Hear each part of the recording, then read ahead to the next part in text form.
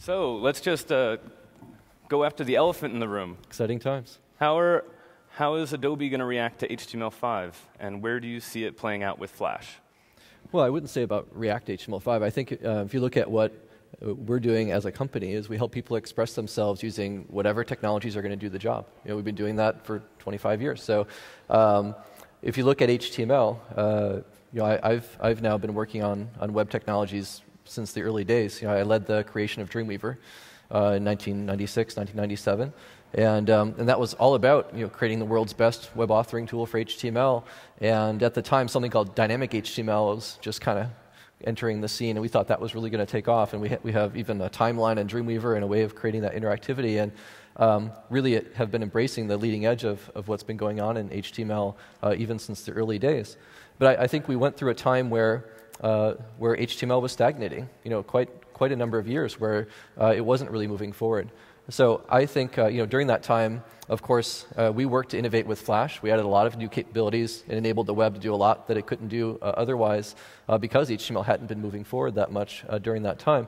But if you look at what's going on now inside the browsers, it's great. Innovation's back again happening in the browsers. I think HTML5 is a terrific step forward for HTML. And of course, we're going to make great tooling for HTML5. We're going to try to make the best tools in the world for HTML5. Just as we've done for other technologies that have been on the web. Now that we can take advantage of innovation on the client inside the browser that's happening again, I think that's great for Adobe. I think it's great for the web. It's great overall. So to the degree that keeps happening, we're going to keep working on tooling. And I think that's also, you know, I think there's a lot of room for Flash to continue innovating. We're going to keep doing that. We're going to keep moving Flash forward and filling in holes in a more rapid pace than what HTML has been moving at. So that's going to be the aim of Flash. We're going to keep doing that because we think it's important that this wide variety of innovation do happen on the web and enable us to create all this, you know, great content and applications. But I think the story is actually bigger than HTML and Flash, and it's not HTML versus Flash. I think that, well, they've been coexisting for over a decade. They're mutually beneficial. I think that's continuing. It's not so much about the technology right now. I think the more important question for us right now is about you know, the freedom of choice on the web, and I think that's really important for the industry. And certainly you should choose whatever technologies you want to use and be able to create whatever you want to create. And I think the web has been very successful because it's been a really open environment for content and applications, and people can express themselves, and everybody can see that, and they can interact. And it's been, you know, a revolution. It's been hugely innovative. I think you know, the open marketplaces there have generated a lot of revenue for people. I think that's been terrific. And we're facing a time now, though, where there are some who would like to wall off parts of the web and make it so that you need to have approval to make content and applications. And I think, you know, certainly from Adobe's point of view, we don't express judgment on what people make. People should be able to make whatever they feel compelled to do. And I think that's best for the web. And I don't think it's the role of a company to exercise that judgment over what people are making and whether people can see it. I think that's the role of society and law, not of a company. That's the bigger issue, I think, we're facing. Ruling off part of the web, are you referring to Apple and the iPhone platform and not including Flash in Safari? Are you reading between the lines? Yeah. Yeah. So, yeah. So I think, you know, you look at what's going on right now. Apple's playing this strategy where they want to apparently, you know, create a walled garden around what applications people can use. You know, I was seeing that helicopter, which is very cool, by the way, and I very much want one. But you can only control that thing using an application running on the iPhone. Why can't you control that helicopter using your choice of smartphones? You should be able to use an Android smartphone or a Nokia or any smartphone. You know, that is what the world should be like.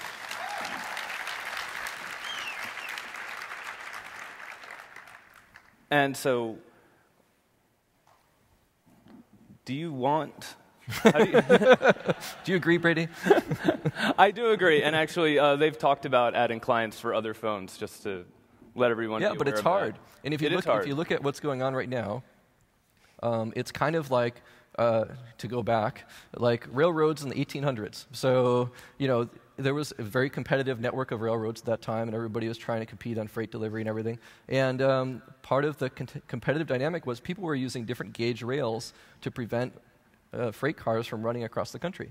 You had to actually stop and unload the car, put it in somebody else's, you know, competitive network, and your cars literally would not run. And that wasn't good for industry, wasn't good economically for the US, wasn't good for competition. And I think that's what's attempting to be done right now, and I think that's totally counter to the internet, totally counter to the web. We need to have freedom of transport, we need to have open access, and we need to enable people to compete on the merits of the things they do, not on the gauge of the rails. And the gauge of the rails today is writing native code for applications on a particular operating system, and in a way that it's really expensive to then go and make it for others. And so people won't. You'll see people make it just for a particular phone, and that cost is preventing healthy competition. So that's true for native applications, but not necessarily true for web applications. With regard to native applications, do you feel that cross-platform code can retain the unique sensibilities of the individual platform? Absolutely. I mean, if you look at the stuff that's been created on the web today, very rich, obviously, content and applications. And computing is a history of creating new levels of abstraction in order to make people more productive. And it doesn't mean that you have a loss of expressiveness or a loss of fidelity. In fact, you can get more expressiveness than you had before because these patterns enable you to do more and do more productively. And so it goes from like assembly language to compilers to frameworks to graphical user interfaces to operating systems. And now we have the layer of the web. And that I would say is not a decrease in capability over time. I think that's been an increase in capability. So I think it's a false assumption to think that if we try to make things run across a variety of devices that somehow they'll be less effective. You can still take advantage of microphones when they're available, cameras when they're available, rotation, touch input, for example, and and on that, inside Flash, for example, Flash Player 10.1, we support multi-touch input. And that's going to work across devices. So you can say, hey, I've got my particular touch screen. Well, Flash makes that work the same across all touch screens. So if you want to get 32 different inputs on your screen, Flash supports that. If your device enables that. If you only have 8 inputs, it only has 8. And so your application can be incredibly innovative around how to handle multi-touch and do that in a consistent way, but take full advantage of that innovation that's happening. And so that's the dynamic. So I don't think you have a loss at all. Well, Jason Grigsby wanted to know if you were going to route around Apple and continue to compile to iPhone native code for enterprise applications, or maybe take advantage of jailbroken phones and enable applications to be released on Cydia. Right. We've, I think, done a great job technically getting Flash applications to run on the iPhone. Already there's a bunch in the store that already went through the approval process. You can, from Flash CS5, which is out in the market right now, you can create an app. So technically we made it work. The technology issue I think Apple actually has with us is not that it doesn't work, it's that it does work. You can actually make a great application that works fine across operating systems, and they don't like that. So now whether we don't want to, play technology games when Apple's playing a legal game. So, they're just changing their license agreement to block what we did. We had great innovation on technology inside of Creative Suite, and, a few days before we released it, Apple changed their licensing terms. So, that's a different game. So we're not going to keep, doing technological work when we're being blocked like that. So we're focusing on everybody else. I think there's a huge wave of innovation that is happening right now, and there's going to be a wide diversity of devices that are coming out. I've seen a lot of what's coming, and we're working with collaboration through something called the Open Screen Project, which is about open access to content and applications. And we've got over 70 partners now working with Adobe on that. And so I've been able to see what's coming, and I'm under NDA with all these guys, but boy, there's a lot of great devices coming out, and I think you'll be blown away when you see them. They're coming out, over the course of the second half of this year and next year and going forward. And what is the Open Screen Project?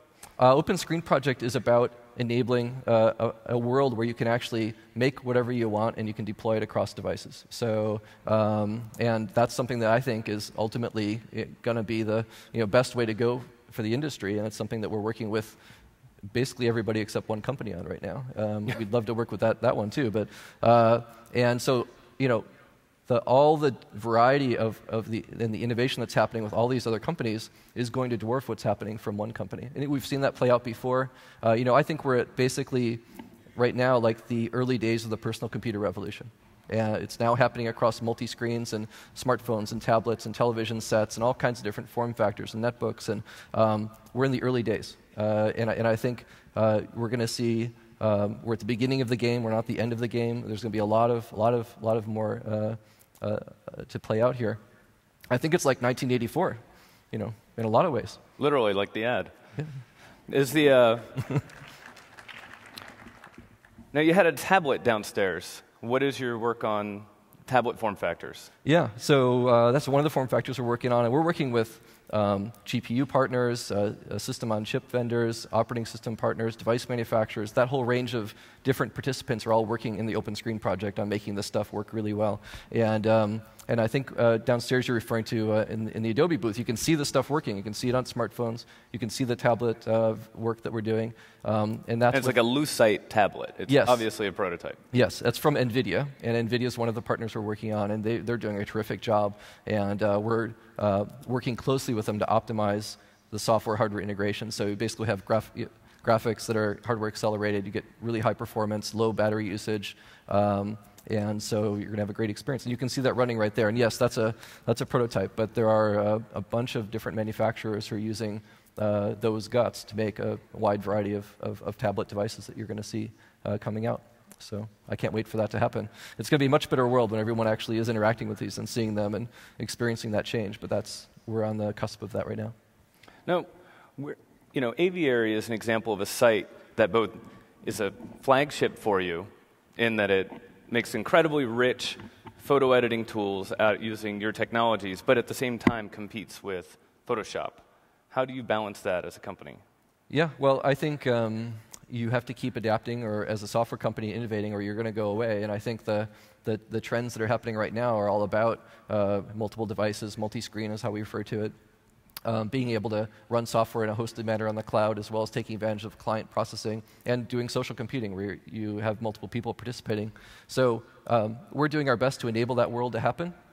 But it means everyone gets to compete again in this new landscape, and Adobe is one of many who are doing that. And so I'm happy to see the innovation that's going on with Aviary and some others, and I'm really happy to see that we're empowering that with some of our runtime technologies because they're really pushing the edge as we try to do.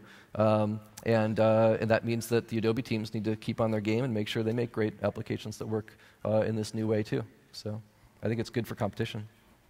Now, you've also just recently added a whole new division to Adobe with your acquisition of Omniture. Yeah. How is that going to play out with your mobile and Flash and whole strategy? Yeah, and also the Photoshop.com team will get mad at me if I don't mention that. Of course, we're doing hosted applications too, and you should check it out. And it runs on mobile as well. We've got Photoshop.com running on mobile devices.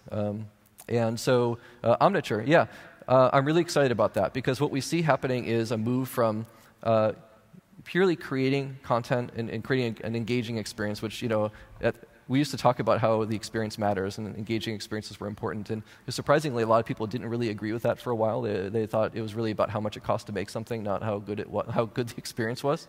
That's totally changed now. I think everyone is, it's now passé to talk about the experience matters. So that's great.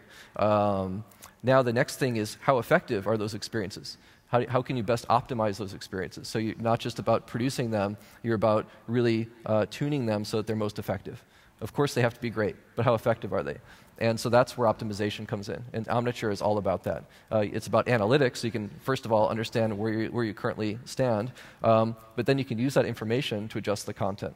So there's things like Test and Target, for example, which does multivariate testing. So you can try 5 different versions or 5 different colors of a dress, or 5 different locations for a button on the screen. And you can either automatically test those different variances and then just move to the one that seems to be working the best, or as a marketer, you can go in and you can tune that manually. You can add rules about it. You could say if you came from here, then do this, or if you have bought this before, then do that, or whatever. Those kinds of optimization approaches are really where it's at now, and I think that enables people to make more money, drive more revenue, and it's going to be an even better experience for the user because it's now more tuned to them. It's more effective for what they're trying to do. It takes them less time to do what they're trying to do. Is this just the beginning of Adobe adding these types of developer services that extend your existing tools? Yeah, absolutely. So this is a really key one, but yeah, we think that that's really important as people are starting to build these applications that, for example, are integrated with social networks. So we have a service now that enables people to build an application that integrates with Facebook and a variety of other social networks, and you can embed your friends in your application really easily. So we've got an API set that works with a variety of social networks. The same thing for try and buy, for example. We're working on services where if you want to embed the ability to do transactions, we're developing a service to do that. So yeah, there's going to be a variety of these services. Simply file storage and collaboration is another area where the Acrobat team, for example, is working on acrobat.com, which enables you to collaborate with other people. And there's an API around that file storage. So we're making some applications, but other people can make applications too. So all these are early, but yeah, absolutely, we think that's obviously where it's at right now is APIs and cloud. And it's a combination of not just the cloud, but also the client. And how do you have a great experience running on your local device, whatever it is. On any client. On any client, exactly. Preferably. With any cloud, yeah, exactly, yeah. All right. Well, thank you very much for coming out and seeing us. Yeah, it was great seeing you. I wish you the best of luck in the Thank you. next several years.